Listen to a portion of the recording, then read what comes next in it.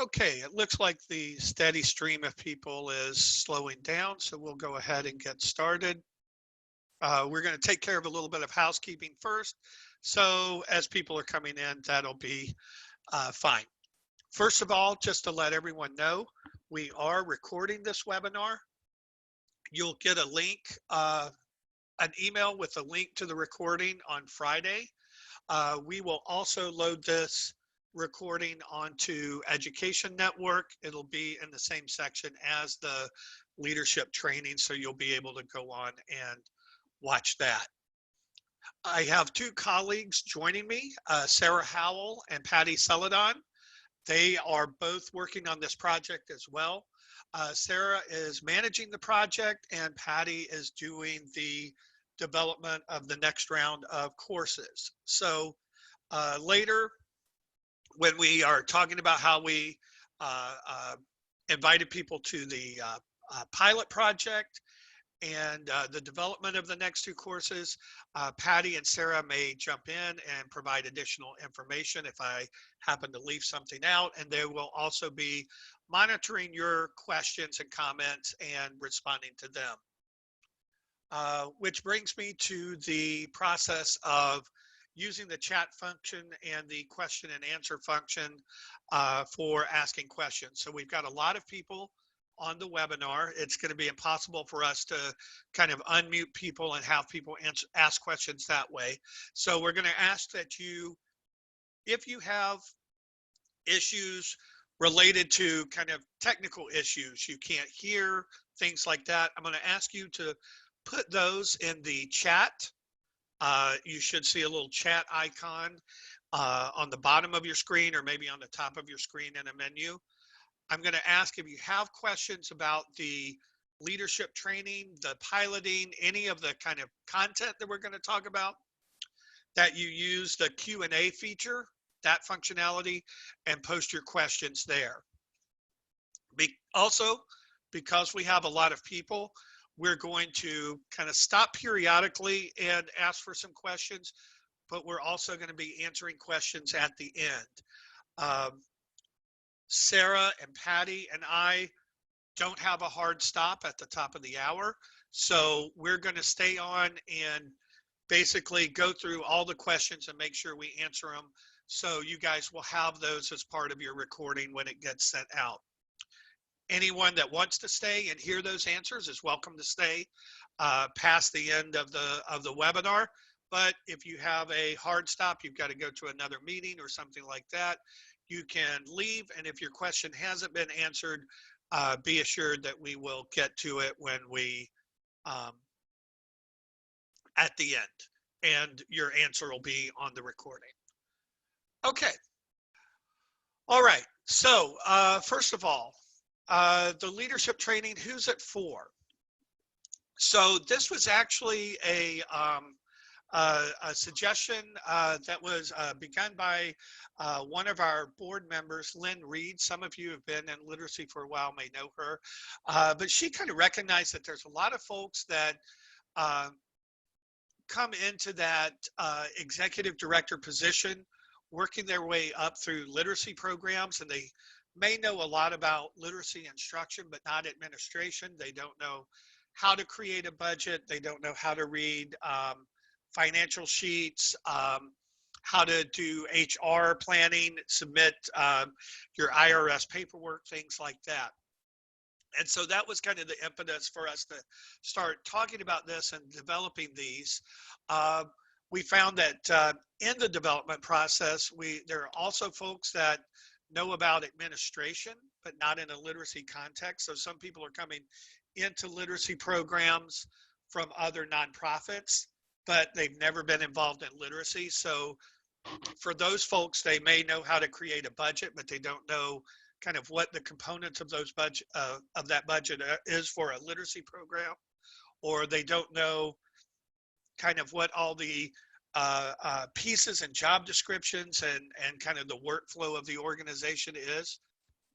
There are also folks that are coming into a literacy program in a crisis situation. So a program might have been without an executive director for a while, or there might be a budget crisis or something like that. So that's kind of one audience of folks that we're designed these courses for, is new executive directors who really need to um, get a foundational understanding of those executive director functions. In addition to that, we have a lot of current executive directors that we think these courses will be great for. They're executive directors who have been doing their job for a long time, but they still have gaps in what they know, what they need to know. They may be able to create budgets or feel good about administrative or HR stuff. They may have been doing those functions, but feel like, you know what, I can do those better. And so aimed at those executive directors as well. And then finally, people in a leadership role. So hopefully a lot of our literacy programs are doing some succession planning. You've identified people in your literacy program that you want to move up, maybe take your role as an executive director when you leave. So this is an opportunity to start laying that groundwork and getting that foundational knowledge in place. So let's talk about what the content is. So right now, we surveyed our executive directors in the field to find out what kind of training they needed. And they identified 5 key areas, and we have 2 of them available now. The first one is financial management. And so kind of recognizing that sound financial management ensures that your literacy program is accountable to your community, complying with federal and state regulations, and will be around for years to come. So that's kind of what our goal was for this financial management set of courses. So in those courses, you learn about developing and managing a budget, some basic accounting principles, how to measure the financial health of your organization, how to create financial reports for your board, and some information on looking at your funding sources, seeing how diverse they are, and some ideas for diversifying your funding sources. Our second course that's available right now is administrative management. Many executive directors, they work as volunteers or staff before becoming a director. They understand those instructional issues, but haven't developed their administrative skills. So this course, people learn about 5 types of strategic planning. They learn how to develop policy and procedure manuals. They learn how to process payroll, insurance, family medical leave, learn about those issues and how they impact the administration of your organization, some information on negotiating contracts, data management, and then annual reporting and compliance requirements. And I'll talk a little bit about that a little bit later. Okay, so those are the courses that we have now. The courses that we're developing right now, we're developing 2 more courses. They'll be tested in the summer and released in the fall of 2020. The first one is on human resources. So kind of looking at human resources, really the greatest strength of any nonprofit, and especially our nonprofit literacy organizations, is the staff that you have available that's responsible for executing the mission. And so staffing decisions are some of the most important decisions that an executive director will make. So in this course or series of courses, you learn about employee recruitment, development, and recognition, human resource policies and manuals, and employee and volunteer handbooks, compensation and benefits, the law and compliance, and conflict resolution. And let me say, in this series of courses, we're developing them.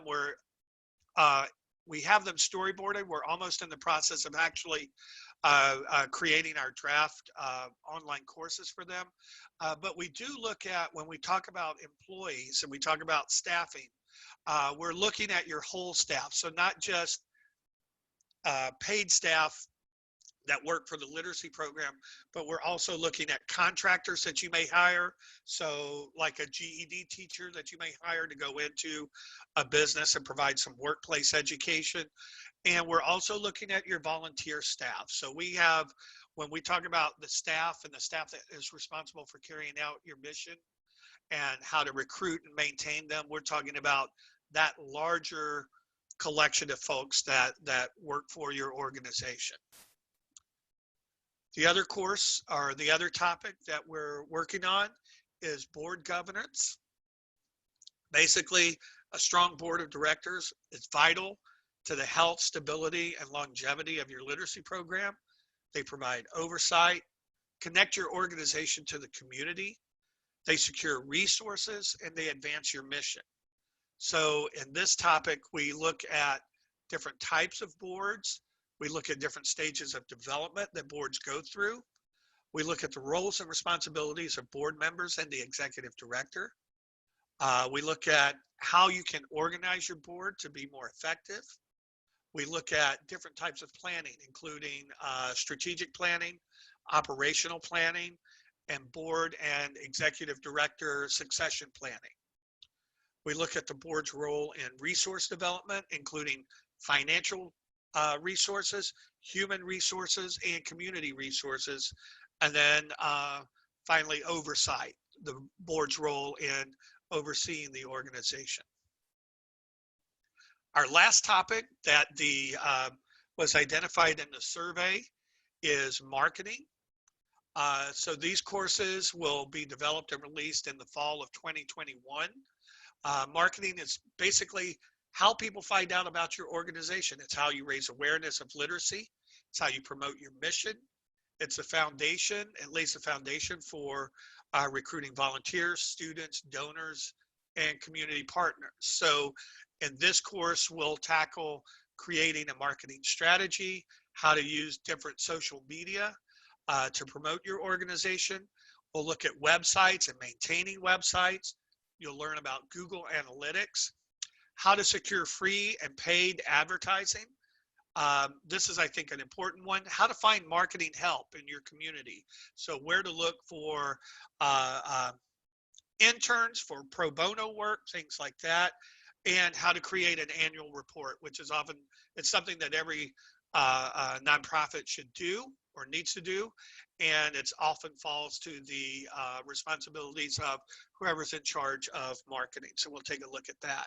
So those were the 5 topics that folks identified in the survey that we did. But we also, in the course of our first round of pilots, we had 2 additional topics that came up.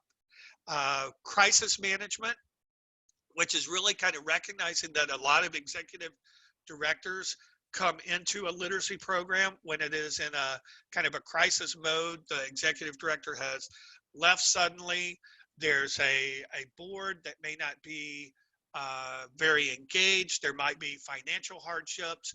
And so it's how to come into that situation, or let's say there's a pandemic going on.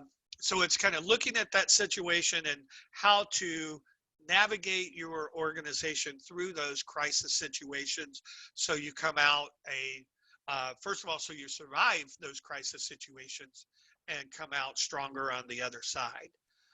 The other topic that came up was change management, and really recognizing that in a lot of literacy programs, when you come on as a new executive director, you are coming into a program that already exists, already has a way of doing things.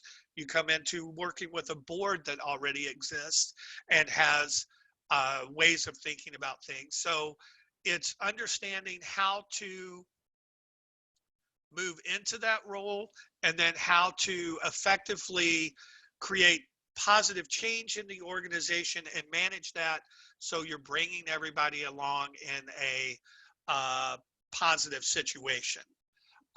So I think probably now is a good time to stop and see from Sarah or Patty if we have any questions. It looks like there are some hands raised, and maybe a lot of people have been chatting. So I'll stop and see what questions we Hey, have? Todd. Right now, there are no questions in the question box, and the chatting that's going on is just everybody kind of introducing themselves and the state that they're from. So you're all set to go ahead. All right, great. Okay, so what I want to do now is just give you a demonstration of what the courses actually look like so you can see them. So this is going to take a minute. Let me, I need to first stop that. And then I need to bring my browser over. And okay, so, and Sarah, can we see that? Yes, you can. All We're all right, set. perfect. Thank you. All right, so these courses are housed on our ProLiteracy Education Network. If you don't have an account already on Education Network, I will give you a link where you can create an account later on in the presentation. But they're easy to find. If you go to our homepage and scroll down to the bottom, you'll see them in the list of featured resources. And we just redesigned our homepage so we can are able to list more featured resources. So the basic literacy and ESL tutor training and the adult literacy management and leadership training will always be on this homepage. They'll be easy to find. So you can just scroll down, click here, and it will take you to the section. You'll see that we have the two courses, the one on administration and the one on financial management. We also have a demonstration course, so you can open this up if it's available to everyone, and just has some sample slides from the different courses, so you can kind of go in and see what it looks like. If you need to show it to somebody, this is a good thing. And then there's a recording from the previous webinar that we did. Okay, so I want to start just by showing you some of the slides.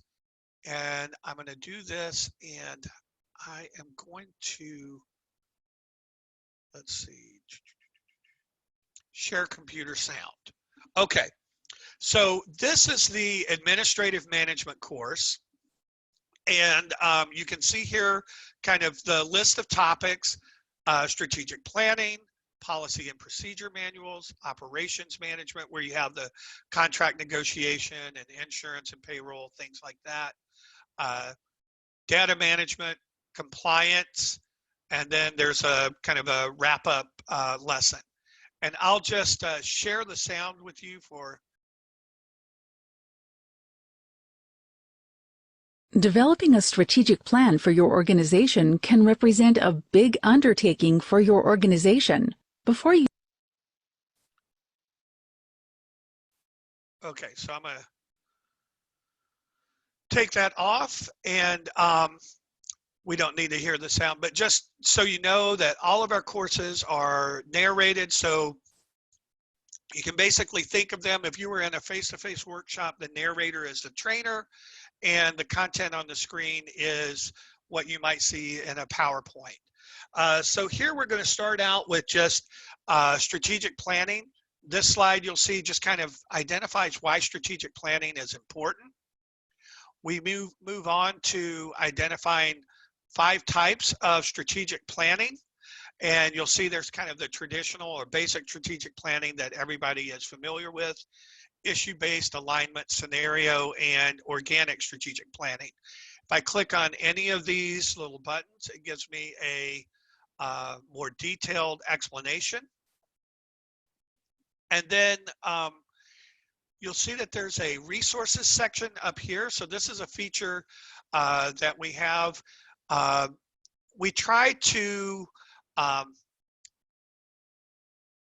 give you like a good understanding of what each of these topics are in the course, but then we also try to link you to resources where when you need a more in-depth understanding, you can go to those. So if I click on this strategic planning for nonprofits, that's going to take me to the Council of Nonprofits website. their section on strategic planning for nonprofits, which is a really great resource. You see it has a lot of tools and resources for doing strategic planning. So that way our courses give you the opportunity to explore to the level of depth that you need. So kind of going back here to the menu, let's see, let's look at slide 3.3. So another thing that we tried to do, this is a slide on creating a procedure manual. So you'll see that there's a whole process here. So another thing that we try to do is whenever you need to do something, create a policy manual, procedure manual, create a budget, we try to make sure that there's kind of an easy to follow process that you can use anytime you do that. And that kind of helps you develop that consistency and create good quality products at the end. So we give you a list of types of things that would be in policy manuals or an employee handbook. And then you'll see here's another link. And this is actually going to link to our National Quality Standards for Program Management. And if you click in this section on employee or volunteer management, that takes you to that standard, and you'll see the list of resources. And you'll see that down here, we have some samples of personnel policy manuals, volunteer manuals, organizational charts, and things like that. So what we try to do, one of the things we try to do is give you resources, and we base those on real examples from the field. So these are not generic nonprofit examples. These are not business examples. All of our examples are drawn from either a specific literacy organization or compiling resources from 2 or 3 into one document. And I'll talk a little bit about that, what I mean by that later. So here we have a lesson on family medical leave. And you'll see again, kind of we give you the basic outline of what FMLA is and who qualifies for it. But then we also take you to the website where you can read more about the Family Medical Leave Act, and you can find out about the FMLA laws by state. And so some states have added on to the federal laws. When that happens, you're required to follow the federal and the state laws. And so here's a website where you can identify your state, click on it, and then find out the specific laws, employment laws that relate to your state. So with a lot of these topics, there is kind of a broad federal law that people have to follow, and then a lot of states have added on to it. So when that's the case, we try to give you a resource where you can find out what's going on in your state. And then the last thing I want to show you with this is, again, so this is on just kind of data management, which is another administrative function. And so we try to, we kind of recognize that programs are in a lot of different stages and a lot of different levels of expertise and a lot of different sizes. And so we try to kind of give you options for all of those things, ranging from spreadsheets, just keeping your data in a spreadsheet if you're a small program, not a lot of technical expertise. We talk about relational databases and state required databases, which I think probably covers the majority of our literacy programs. And then we also talk about multiple data solutions. So how you might kind of pull together different reporting mechanisms that you need to use. So each time we try to give you some specific examples, kind of grounded in the different situations that we know people are going through. I'm going to stop here and see if there are any questions I need to respond to before I move on to the other 2 courses. Hi, Todd. We do have quite a few questions that have started to come in. One is one that I accidentally marked to answer live, but we'll do it now. Are we going to be sending out slides and the recording from today's conference is the first one. Yes, we'll send out the recording, and we can send out the slides as well. I'd be happy to do that. Okay. The next question is, are there pricing for individual organizations and nonprofits? And the follow-up was the recording, which we just answered. Okay, I do have a pricing slide, so if we can wait till we get to that, I'll handle that then. Okay, and then the couple of the other questions were related to pricing as well. And then it looks like the courses are all self-paced, but do you have an idea of about how many hours it will take to complete? Sure. Yeah, and so the courses are self-paced. We try to keep each course between an hour to an hour and a half, but some of our topics have multiple courses. So the financial management has 2 courses.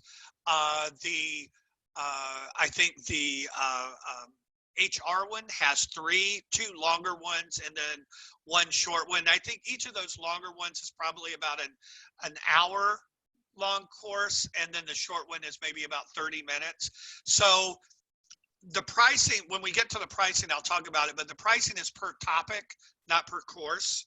And then the courses, the overall topic, we try to keep between 2 to 3 hours, and we try to keep our courses no more than 2 hours, but really we try to target them between an hour and an hour and a half.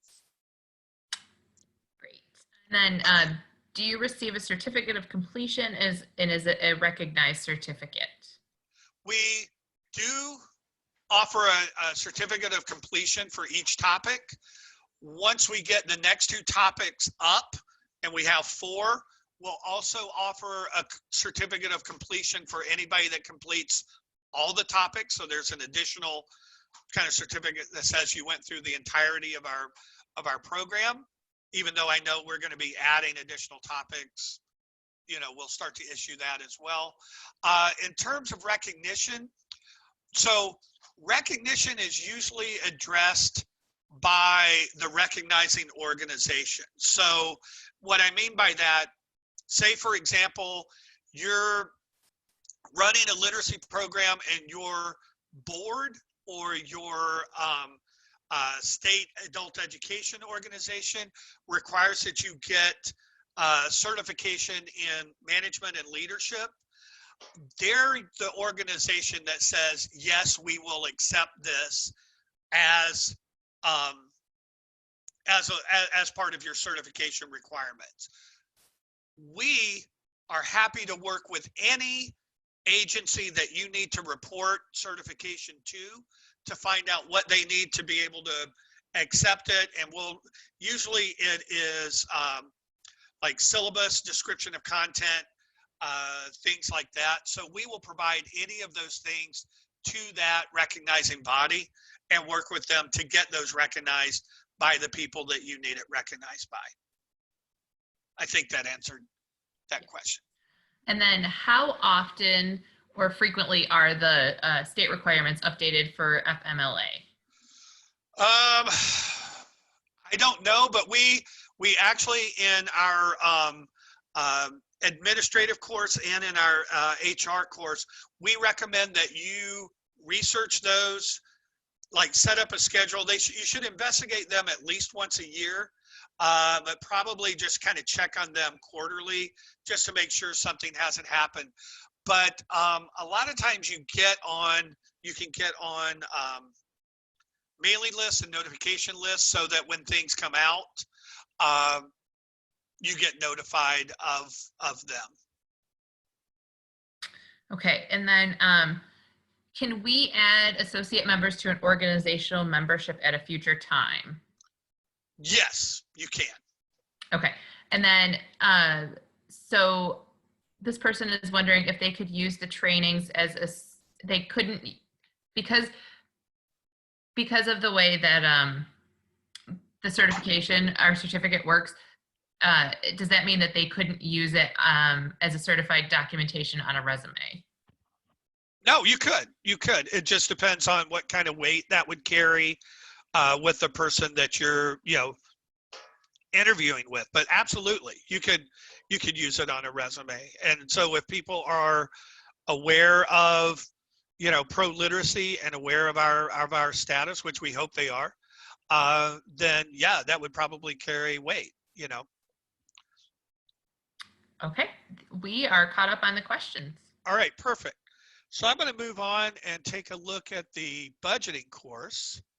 And so here again, just kind of to show you the topics. So we look at budgeting and then budget monitoring and cash flow, resource diversification, and then the board and staff fiscal responsibilities. Just to show you a little bit of the content, let's go to, let's see, slide 2.2. So you'll see that kind of, let me turn that volume off. So you'll see that kind of this lesson 2 budgeting is really walking you through the step-by-step process of creating a budget.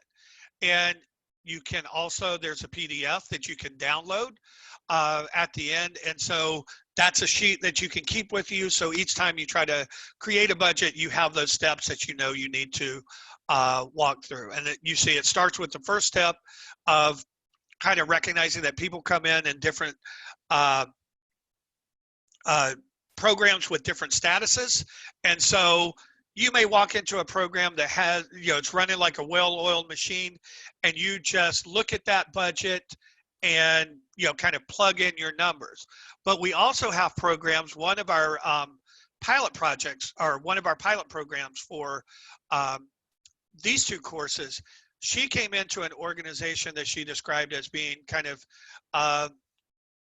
really suffering from being ignored for about 7 years. And so they had kind of 3 sources of financial information.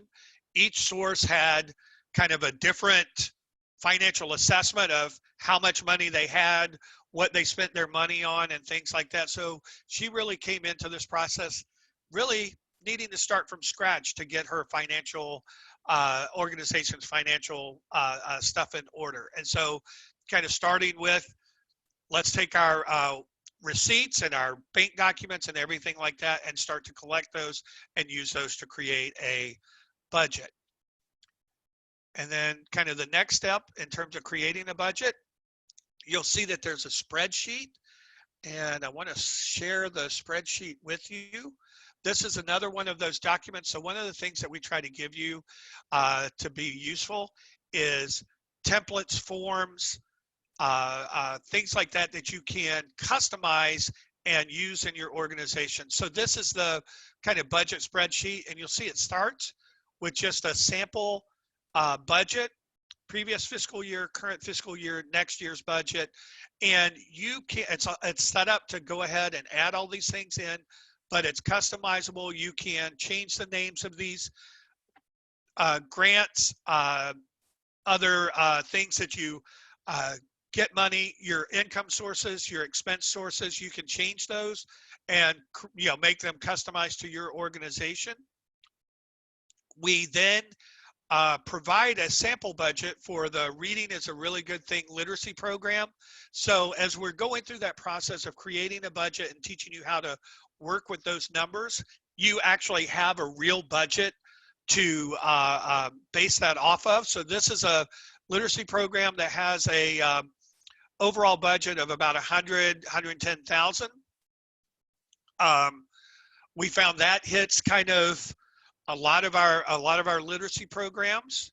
Tab 3, this is kind of that part for creating your budget for next year. We have a really big urban literacy program. So kind of recognizing that there are programs that have, you know, 50 to 150, 250 thousand a year. There are also programs that have budgets upwards, you know, close to $1 million or maybe over $1 million. So this is a sample budget for a big urban literacy program and what that might look at like, so you can kind of see the differences. And then the template for that one. And then here's again kind of part of the worksheet parts of it where you're monitoring the monthly expenses and income and looking at cash flow, and then a template for you to do that for your literacy organization. So we really try to provide you with some practical tools for you to be able to use. planning for cash flow shortages. So again, we recognize that this is something that lots of programs do. So we give you some strategies to do that. Click on each one of these and it kind of gives you a little bit more information. And there's again, a PDF. Looking at funding sources. So this is kind of looking at the funding sources. These charts come from the information that we collect from our annual member survey that we send out every year. So one, really encourage you, of your ProLiteracy members, fill out that survey. I know it's going to be coming out in the next month or so, but it's really important that you do that because it allows us to use that information to, in a lot of the stuff that we develop. So this allows you to kind of see how your funding sources for your local program compares to other programs around the country. And we've got a document here about trends in United Way funding. And then last in this course, how to create a financial report. So actually one of our pilot programs kind of said, you know what, I knew that I was supposed to deliver a financial report to my board, but I really had no idea what information was supposed to be in it or how to put it together. And so just having a summary of what information should go in and a sample financial report was a really big help to her. All right, I'm going to show you some slides from the accounting course, and then I'll stop again for questions. So again, here's the accounting kind of content, some foundational stuff of accounting methods, types of assets, and then we start looking at the two kind of big financial or accounting instruments, which is the balance sheet and the income statement, how you can use those, and then just kind of additional things to consider. So looking at some of that content, let's go to here. So one of the things that we look at is, I want to make sure this is off, the difference between cash accounting and accrual accounting. So two different accounting methods. It's important to kind of understand what those are. Most programs will use accrual accounting. However, some programs, especially smaller programs, you might be using cash accounting. So it's important for you to understand, first of all, to be able to look at your books and figure out which method you're using, and then understand the benefits and kind of the pitfalls of each method. 3.2. This is a big one that any executive director is going to be concerned with, and it's understanding types of assets, unrestricted assets, temporarily restricted assets, and permanently restricted assets. And understanding this is vitally important for you understanding how you can spend the money that comes into your organization and what you can spend it on. Because those restrictions, they limit what you can spend money on. And so it's really important that you not just understand those differences, but you also recognize the importance of keeping your money kind of identified or separated out. And you don't mix, you know how much unrestricted funds you have, and you know how much temporarily or permanently restricted funds you have. We give you some accounting ratios. So we're not trying to turn you into an accountant, but we're trying to give you some simple ratios where you can take the information that's in your budget and really identify, excuse me, the health of your financial health of your organization. So like the current ratio is a ratio that gives you an indication of how well your organization can meet short-term financial obligations.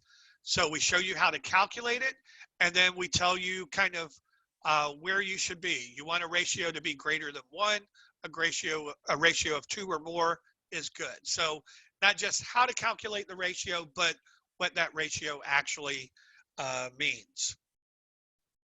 And then the last part is, let's say the most likely thing is you don't want to do the accounting yourself. So we give you some options of, here's how to think about, how am I going to take care of that accounting function? I might keep it myself using an Excel spreadsheet. I might use accounting software like QuickBooks or something like that. I might hire an accountant or a chief financial officer, or I might hire an outside bookkeeping service. So the accounting function for your organization is important. You need to know how to perform that. And we tell you kind of the 4 basic ways that every program uses. So let's stop there. I'm going to take that away. I'm going to close that. I'm going to show you a nice picture of my kids, and then we will come back here and see if there are any questions after I've shown you the courses before we kind of move on. Sarah, Patty? Yep. So we do have a few more questions. Is there an accounting software that needs to be purchased? No, there's not an accounting software that needs to be purchased. We kind of say, you know, you can handle your accounting multiple ways. Some programs are literally using an Excel spreadsheet or a Google Sheets spreadsheet to keep their accounting. Those tend to be smaller programs, but they do it that way. You know, there is accounting software out there. You know, a lot of people use QuickBooks. I know that's a popular one, but there are like free accounting software as well. And I think we have a resource document that identifies some commonly used accounting software programs. And then, you know, obviously hiring an accountant as one of your staff people or somebody with an accounting background, or using an outside firm. But no, to take the course, you don't have to purchase accounting software or anything like that. It is completely accounting agnostic. Okay. And then kind of along the same lines, do budgeting courses include using QuickBooks and other budgeting tools that are included in QuickBooks or other financial software instead of just using spreadsheets? No. So we made sure that when you're doing the budgeting course that you had all the tools that you needed. So we used an Excel spreadsheet, and so all the work that you're doing in the budgeting and accounting course is off of that Excel spreadsheet. So most people have Excel. If you don't have Excel, then Excel spreadsheets open in Google Sheets. And then if you don't have Google Sheets, we also provided you a link to Open Office, which has which is like a free suite of programs very similar to like Microsoft Office. And so it has a free spreadsheet program in it that opens Excel spreadsheets. So you don't have to purchase any software to take those 2 courses. Okay. And then Canadian versus American, should they use the same principles? You should use the same general principles. Yeah, you should use the same general accounting principles and things like that. Overall, I'm not familiar with Canadian law, so I would say, you know, have the caveat of you should look at how, you know, your financial, you know, the laws regarding your, you know, financial bookkeeping, your leave and stuff like that. And specifically in the US, the big one is kind of understanding the taxes and things like that you have to report at the end of the year about your, you know, payroll taxes and things like that. Those things may be different in Canada. I imagine they're similar types of things, but the specific requirements may be different. And the other thing would be paying attention to that unrestricted funds versus restricted funds, and kind of the requirements to your, you know, of how you handle donations may be different. But the overall principle of understanding where your donations come from, what the kind of strings that are attached to each of those types of donations are, that principle is solid in the US, Canada, Mexico, you know, pretty much everywhere. Okay, and then the last question is there a cohort experience with this program? There is not a cohort experience. So I think that there are opportunities for users to post things into a discussion board. And so there's not a cohort, you're not going through with groups of people, but there are opportunities to go back into that discussion board at a later date and see what other people have posted. So you can do that, but yeah, no, it is, it's completely kind of self-paced, autonomous, asynchronous course. However, having said that, I would say, like, you know, if you wanted to gather 2 or 3 people, or if you wanted to gather a group of, you know, literacy executive director colleagues that you all have kind of started running running literacy programs at the same time. Let's say you met at the ProLiteracy conference. You know, I think kind of getting everybody together, all signing up for the course, taking it at the same time, and having you know, a discussion group with yourselves is a great idea. Yeah. And then one last one. So if you have your accounting outsourced, but as a new executive director, this would be a good course to take on how to understand how the accounting process works. Yes, and it's also a good course to take so that you understand what your accountant is telling you and what questions you need to be asking of your accountant. Okay, and I guess probably the best example I can give of that is one of our pilot programs that came in last year came into an organization that was going through a financial crisis. And so it was really valuable to her to go through those accounting courses and the budgeting courses so that she could describe to her board like what was happening financially, and they got a better picture and then better understood kind of the recommendations that she was making regarding dealing with the financial crisis. So even if you have an outside accountant, having that kind of baseline accounting and budgeting understanding is helpful in your ability to communicate with your staff, your board, the community, and your accountant.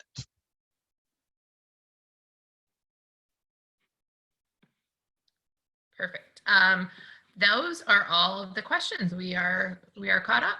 Okay, so we'll head down the home stretch and then kind of answer any remaining questions. So just a little bit about the features. So some of the things you saw, step-by-step processes, real examples, connecting you to valuable resources.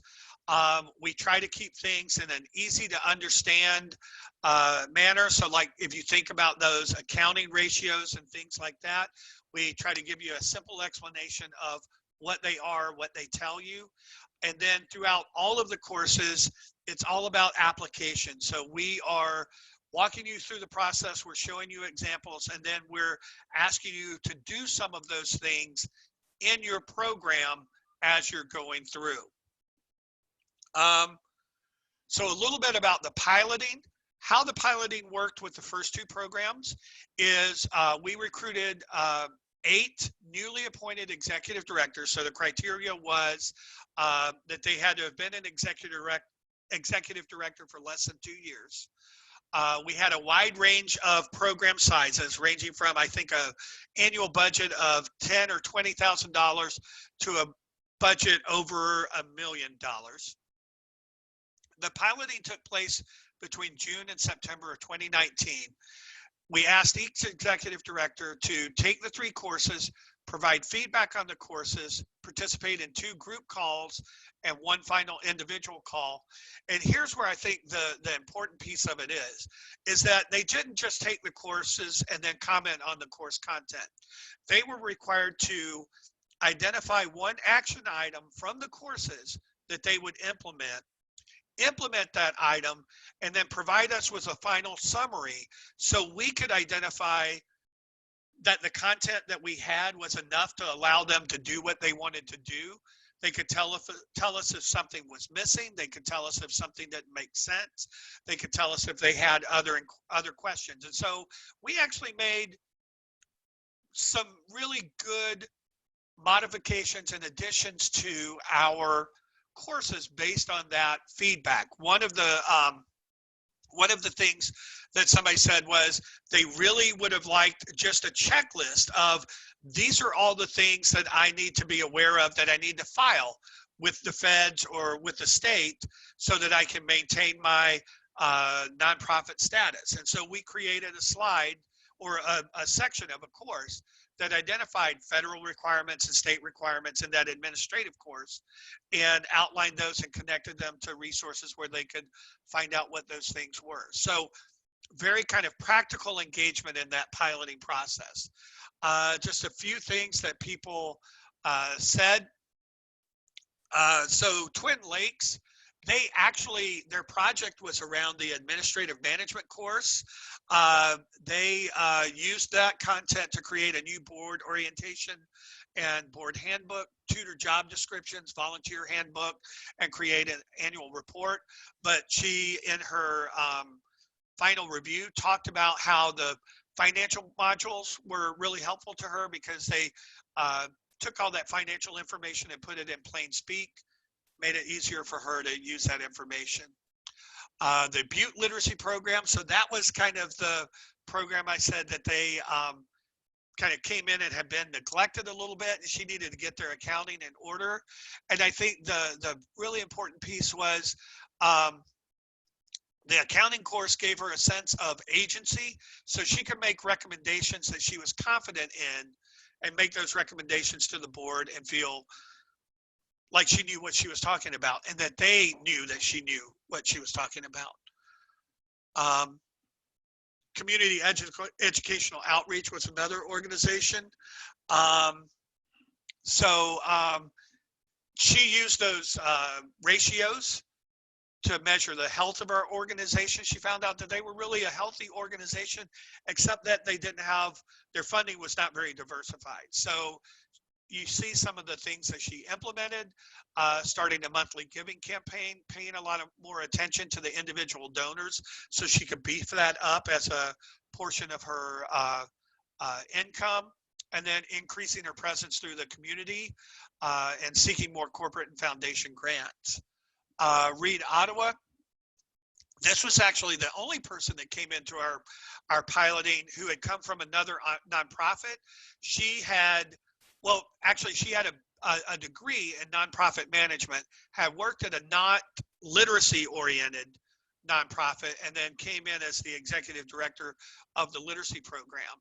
And so she appreciated the fact that it was focused on literacy, and she specifically mentioned the budget. She's like, I knew how to put together a budget, but I didn't know all the components of what a literacy program budget should have. And so having that template to draw on was hugely important for her. Adult Literacy League, they came into an organization with financial crisis. So this was another one that I was talking about. So she used that kind of financial management courses to help the board understand the crisis, and then use the strategic planning information to re-engage the board and get them on board, helping her deal with the crisis. Lakeland talked about kind of both the short-term focus and then the longer-term focus, and then excuse me, the fact that they didn't have a board because they're like a small component of a larger umbrella organization, but kind of looking at that board section and what the role of a board is, she recognized the need for them to have a advisory board to help her make those, even though her organization, larger organization, had a board of directors, she still needed a board to provide that community linkage and things like that. Just a little bit about the value. Certificates we talked about, professional credibility, letting your board know that you're competent, you know what you're talking about. This is some of the things that people that went through the piloting process. And then just so you know, for so the regular pricing for non-members is $150 per topic. Again, that's per topic, not per course. So if the topic you choose has 2 or 3 courses, that $150 covers everything. ProLiteracy members get a discounted price. It was $45. We've reduced that to $23 per topic while this COVID crisis is going on. So that is the pricing that we'll have for the near future. We don't know when that's going to run out. If whenever things start kind of going back to normal and programs start opening up, we'll revisit that pricing structure of $23. You'll see a link down at the bottom, proliteracyednet.org/leadership. So if you want to find out more about the courses, take a look at the demo. If you don't have an education network account, you can go to that link and create an account, and then get into Education Network and take the courses if you want. Regarding the new courses that are coming, will there be future pilot opportunities? Yes. So those courses, we are looking to have them developed in by the end of May, and then start that piloting process. We're hoping to follow the same schedule we did last year, which is pilot during the summer and then launch them in the fall. We're having to re-examine that schedule and that piloting process for a couple of reasons. One, the courses that we're developing need some videos. And so right now it's impossible for us to record those videos because we can't get people together in one room to do those recordings. So we may develop the courses and then see if we can find some YouTube examples that will, you know, kind of be good placeholders until we can actually do those recordings. The other piece of the piloting process is we want people to actually take the courses and then implement things from the courses. And so that implementation piece may also be problematic if literacy programs aren't open. It's kind of hard to do some HR management or some board governance management. So we'll be looking, once we have those courses ready, we'll be looking over the next month or so at how we might do that piloting process. If we think we want to just delay it, or if it looks like things aren't going to change for a while, we may change what we're thinking about in terms of piloting. And then how do I apply? You signed up for the webinar and came. So when we get ready to ask people to participate in that pilot project, you'll be one of the people that gets that notification. So I think I'll stop here.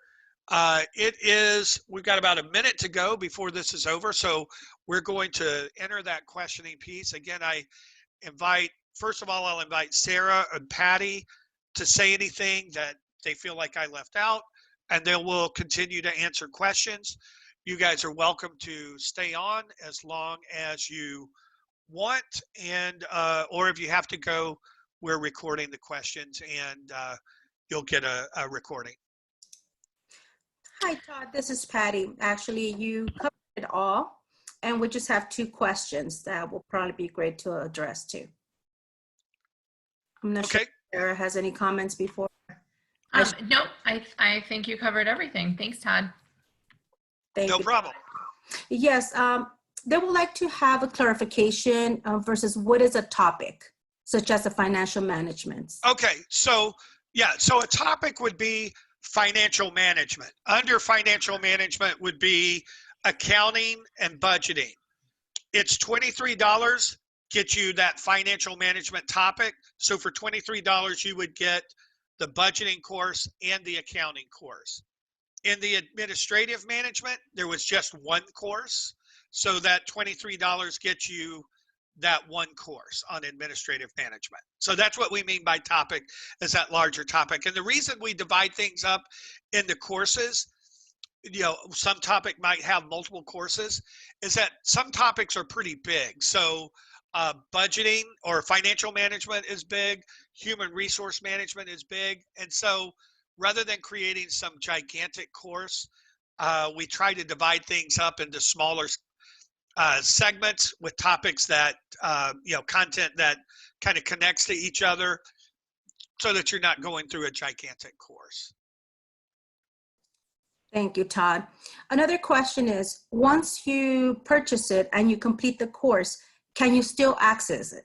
Absolutely, absolutely. So if you haven't had an Education Network account before, when you request the course, it goes into your transcript in the active section. Once you complete the course, it goes into the completed section, so it doesn't show up when you first go to My Stuff. But if you click on the active button and select completed, it will always be there. And more importantly, not only will it always be there, but anytime we update that curriculum with content, you'll get those updates as well. So let's say changes happen to the FMLA law. We may go in, once those changes happen, we will go in and we'll change that slide to reflect the changes in the FMLA law. We'll upload that new content. You would automatically get that. And typically what we'll do is we'll take that, we'll say that completion of your old course doesn't count. And so that course will pop back into your active section of your transcript. So you'll know, hey, something's changed in that course. I'm going to go and look and see what it is. But you'll still have the certificate saying you completed the old one. We don't take that certificate away. But if you want to update your certificate, you can go in, take the new content, finish, and get a new certificate. Perfect. Thank you, Todd. One more thing about the certificates. I don't think I talked about this. So each topic has an exam associated with it. So you can take the courses just for your own knowledge. But if you want their certificate, you have to take all of the courses within a topic and then take and pass the exam. There's not a limit on the number of times you can take the exam, so you can take it over and over again. But you have to get an 80% to pass it and be able to print out your certificate. Thank you, Todd. And just along that question, there's another question. Can they take more than one topic at a time? And Absolutely. Another question about the length for each Yeah. So in case you want to reiterate that. Sure. Yes. So you can sign up for one or all of the topics. The price is per topic. It doesn't change. So there's not a discount for like bulk purchasing. You don't have to complete one topic and then finish the next one. You can sign up for all of them at once and then take them whenever you want. And what was the length? Yeah. So the length per topic, we try to keep between, I'd say, under 3 hours per topic. Each individual course, we really try to keep between an hour to an hour and a half. I think that that administrative management course, we struggled with that. It's one course. I think it probably comes in at right around 2 hours. So it's a little bit longer course. But we couldn't figure out a good way to divide it up logically into two smaller things that kind of fit together nicely in two separate topics like accounting and budgeting. So I think that's probably the only exception to that idea that we try to keep the individual courses between an hour and a half. Great, thank you. Another question is there a time limit to how many people, board members, can use the ProLiteracy membership to get the discount? No, so that's a great question. So the way the membership discount works is if you're a member program, as long as people create an account that's associated with your organization, then they have access to all of the member benefits that your organization has access to. So as long as you're a current member of ProLiteracy, your board members, anybody, all your volunteers, anybody will have access to all of those member benefits. So that's the discounted pricing for the leadership training, that's free access to tutor training. all of that. It is important that they be connected to your organization. So kind of the easiest way to make sure that happens is for you to set up a custom login page so that when they create an account, they're automatically associated with your organization. And I'm going to add the link to that in the chat, and I'll share a link for you to sign up for it. If you don't have a custom login page or don't want to kind of go through that process, is to make sure that they create an account using the member account link, and that they enter your organization's member ID in the form. I would encourage you to go the custom login page route, because we find that a lot of people mistype the organizational ID, or put it in the wrong box. Then they don't get picked up as being associated with your literacy program, and they don't get the discount. And they're like, why do I have to pay $150? I thought it was going to be $23. So. I think that covers all the questions, unless there's, oh yeah, there's final questions. Okay, can you send the custom login page? Yeah. With the email, yeah, it's been sent. Yeah. Mm-hmm. Okay, I think, let's see. Those are all the questions that we have so far. Okay. Thank you, Todd. All right, then if that's all the questions, I think that's it. I will thank everybody for coming. And again, what we will do is we will take this recording, we will load it up into YouTube, and then send you a link to that. The follow-up email goes out on Friday. I will add those other links for the form to create a custom login page, and then the links to create a member account or a non-member account, and then the link I shared with you earlier to the landing page for the leadership training. I think that's it. Thank you all for coming. And we will stop.